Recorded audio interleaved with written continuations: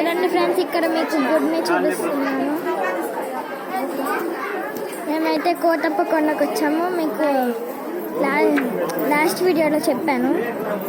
చూడండి, శివలింగాన్ని చూపిస్తాను. మళ్ళీ ముందుకు వెళ్ళేటప్పుడు మీకు ఇక్కడ వ్యూ బాగుంది, అందుకని మీకు చూపిస్తున్నాను. చూడండి ఫ్రెండ్స్,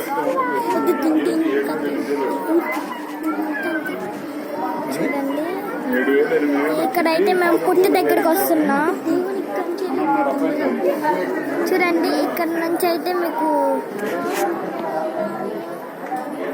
శివలింగాన్ని చూపిస్తాను.